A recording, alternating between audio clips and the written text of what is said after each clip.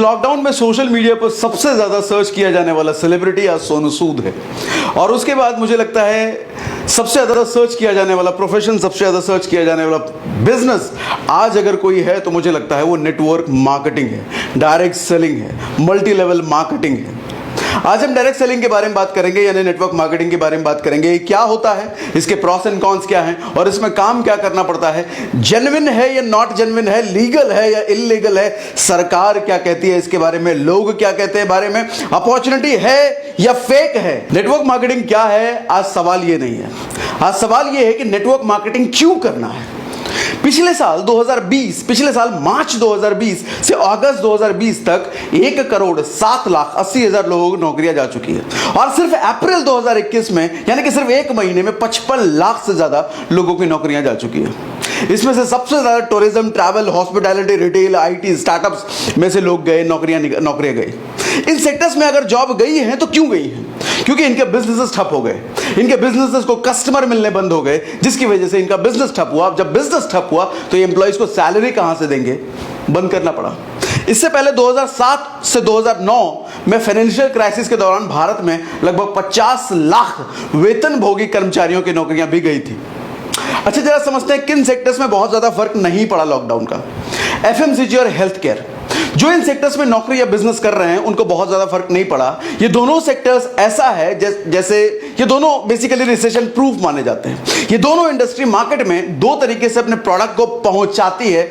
एक multi channel marketing होता है, दूसरा मल्टी लेवल मार्केटिंग होता है। हम जानते हैं जरा सबसे पहले मल्टी चैनल मार्केटिंग कैसे काम करता है। कैसे काम करता है ये? दरअसल manufacturer, C&F agent, wholesaler, retailer, customer, इस चैनल के थ्रू मैन्युफैक्चरर से कस्टमर तक सामान पहुंचता है।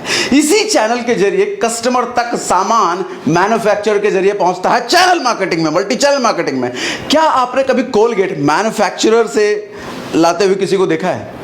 एक एंड कस्टमर के पॉइंट ऑफ व्यू से अगर देखा जाए तो इस चैनल में कस्टमर को छोड़ के सभी पैसा कमाते हैं, और वो भी सिर्फ और सिर्फ प्रोडक्ट को मूव करके।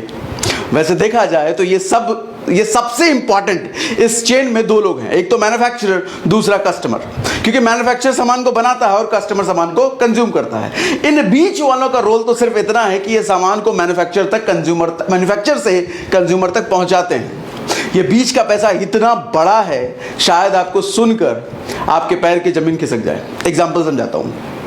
एक 100 रुपए का टूथपेस्ट अगर 20 रुपए का मैन्युफैक्चरर बनाता है तो सभी बीच वालों का कमीशन ऐड करके ये 100 रुपए का हो जाता है। यानी कि इसका 80% पैसा बीच वालों में बढ़ जाता है और उसकी पूरी कीमत कस्टमर को देनी पड़ती है।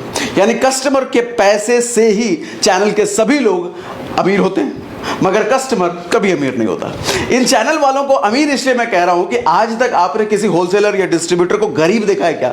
ये सब मोटा पैसा कमाते हैं। और किससे कमाते हैं ये पैसे? मैन्युफैक्चरर से? ना जी ना, ये कमाते हैं कस्टमर से, यानी कि मेरे से और आपसे। 130 करोड़ की आबादी वाला देश में अगर 100 करोड़ लोग भी 100 रुपए वाला टूथपेस्ट खरीदते हैं तो रेवेन्यू जनरेट होता है लगभग 1000 करोड़ का, और उसका 80% यानी 800 करोड़ रुपया सिर्फ सामान पहुंचाने का ये बीच वाले लोग कमाते हैं। अब एक गहरा सवाल आपसे, 25,000 रुपए की टीवी जिसके घर में है उसकी आमदनी कितनी होगी? लगभग 50,000 रुपए, लाख रुपए। लेकिन 25,000 रुपए की टीवी का जो होलसेलर है उसकी आमदनी कितनी होगी? सोच के देखिए उसकी आमदनी कितनी होगी। 50,000 या 1 लाख से तो कहीं ज्यादा उसकी आमदनी होगी। Am I right? मुझे कमेंट बॉक्स में बताइए, am I right? मेरे पूछने का मतलब यह है कि प्रोडक्ट खरीदने वाला कभी अमीर नहीं होता, लेकिन प्रोडक्ट को मूव करने वाले ये होलसेलर, रिटेलर जरूर अमीर हो जाते हैं। अब मेरा सवाल आपसे फिर से है कि अगर आपको प्रोडक्ट को मूव करने जैसी ही आमदनी करने का मौका मिले तो क्या आप करना चाहेंगे? वो भी बिना कोई लाखों करोड़ों के इन्वेस्टमेंट के। अगर आपका जवाब हां है तो आप समझते हैं जरा मल्टी लेवल मार्केटिंग, अदरवाइज ये वीडियो यहीं पर आप बंद करके छोड़ सकते हैं। अब तक अगर आपको यह फील हो चुका है कि आपका पैसा इस बीच वालों के पास नहीं जाना चाहिए, यह पैसा आप तक ही रहना चाहिए, तो इसका एक ही सॉल्यूशन है, आपको मल्टी चैनल मार्केटिंग से नहीं बल्कि मल्टी लेवल मार्केटिंग के जरिए सामान खरीदना पड़ेगा। Yes, multi level marketing. चलो थोड़ा डिटेल में समझते हैं मल्टी लेवल मार्केटिंग को। सबसे पहले आपको यह बता दूं कि मल्टी लेवल मार्केटिंग और नेटवर्क मार्केटिंग डायरेक्ट सेलिंग, ये तीनों शब्द का मतलब एक ही है, सो कंफ्यूज ना होना, ये तीनों शब्द एक ही हैं। अब प्रोडक्ट को मैन्युफैक्चरर से कंज्यूमर तक पहुंचाने की जिम्मेदारी कंज्यूमर की ही होती है, जिसकी वजह से सबसे बड़ा पैसा चैनल पार्टनर्स के बीच बढ़ता था, वो अब कस्टमर यानी हमारे और आपको कमाने का मौका मिल जाता है, वो भी बिना किसी इन्वेस्टमेंट के। अब आप सोच रहे होंगे प्रोडक्ट मूवमेंट के लिए तो बहुत बड़े इंफ्रा की जरूरत पड़ेगी ना, जैसे warehouse, accounting, employ management, offices वगैरह वगैरह वगैरह। डोंट वरी, ये सारी चीज आपके और हमारे लिए नेटवर्क मार्केटिंग कंपनी मैनेज करती है, हमें करने की जरूरत नहीं होती, हमें ये करने की बिल्कुल भी जरूरत नहीं होती। अब आप मुझसे पूछेंगे कि इसमें करना क्या होता है, तो आपको एक स्टोरी के जरिए मैं आपको समझाना चाहता हूं इसमें काम क्या करना होता है। दरअसल मैं जिस जगह पे भी रहता हूं ना, यहां पे लगभग 8 साल पहले मैं शिफ्ट हुआ था, और उस वक्त जब मैं शिफ्ट हुआ था तो मुझे अपने गाड़ी की सर्विस करानी थी। तो मैंने अपने पड़ोसी से पूछा था, भैया गाड़ी की सर्विस करानी है, आसपास कोई ढंग का है क्या? तो पड़ोसी एकदम से ऐसे एक्साइटेड हो गया जैसे उसका खुद का सर्विस सेंटर हो, और वो उसके लिए मैं कस्टमर मिल गया। तो इस तरीके से वो मुझे बताना शुरू किया कि यहाँ से ऐसे जाओगे, लेफ्ट लोगे, राइट लोगे, तो वहाँ पे एक झोपड़ी सी चीज सर्विस सेंटर है, उस झोपड़ी में चले जाना, वहाँ सर्विस बहुत अच्छा होता है। मैंने कहा झोपड़ी में सर्विस सेंटर, ये क्या बात कर रहा है ये? तो मैंने उससे ताज्जुब से पूछा उससे, उसने कहा घबराओ मत, वो देखने का झोपड़ी है, लेकिन सर्विस सेंटर में जो काम होता है ना, वो लोग जो काम करते हैं, दिल खुश हो जाएगा। तो उसकी बात तो सुनकर के मैं गया सर्विस सेंटर, वहाँ पे सर्विस कराया, और ट्रस्ट में जब नेक्स्ट डे मैं अपनी गाड़ी की डिलीवरी लेने पे वहाँ गया तो सच में दिल खुश हो गया। गाड़ी की सफाई धुलाई वुलाई उन्होंने फ्री में करके दिया। तो अब इतनी अच्छी सर्विस जब मैंने उसकी देखी, कल को मुझसे भी जब कोई पूछता था कि गाड़ी की सर्विस करानी है, तो मैं भी उसी की तरह एक्साइटेड होकर के उसको वहां पे भेजता था। आज 8 साल बाद उस सर्विस सेंटर की सिचुएशन क्या है मालूम है? आज 8 साल बाद वो सर्विस सेंटर बड़ा सा शोरूम, बड़ा सा गराज में तब्दील हो गया है, बहुत बड़ा। कैसे हुआ ये? उसने कोई 1 रुपए का एडवर्टीजमेंट नहीं किया, किसी सेलिब्रिटी को हायर नहीं किया, किसी तरह का कोई न्यूज़पेपर में ऐड नहीं दिया। कैसे हुआ ये हुआ माउथ टू माउथ पब्लिसिटी।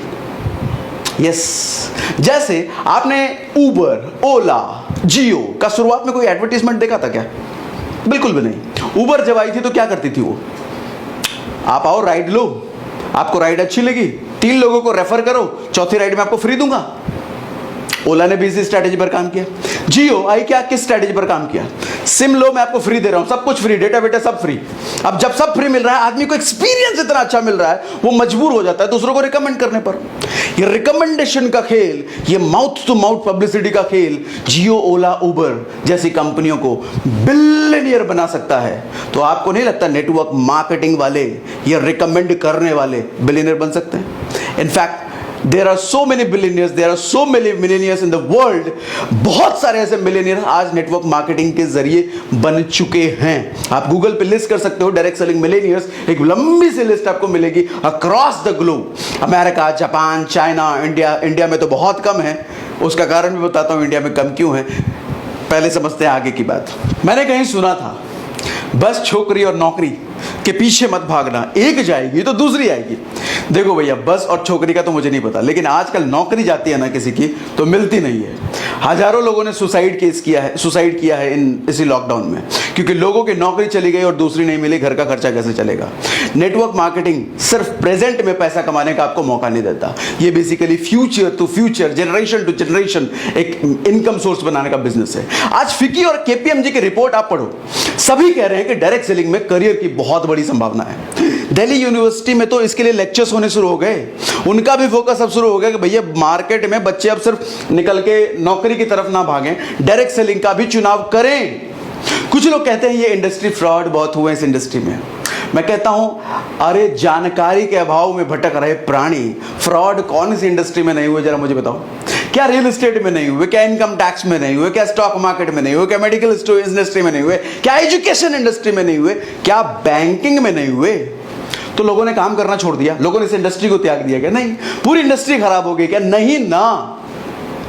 अब चूंकि डायरेक्ट सेलिंग में करियर बनाने का आपने अब तक सोच ही लिया है, तो आपको एक बात बताता हूं, यहां सक्सेस आपकी स्किल से मिलती है।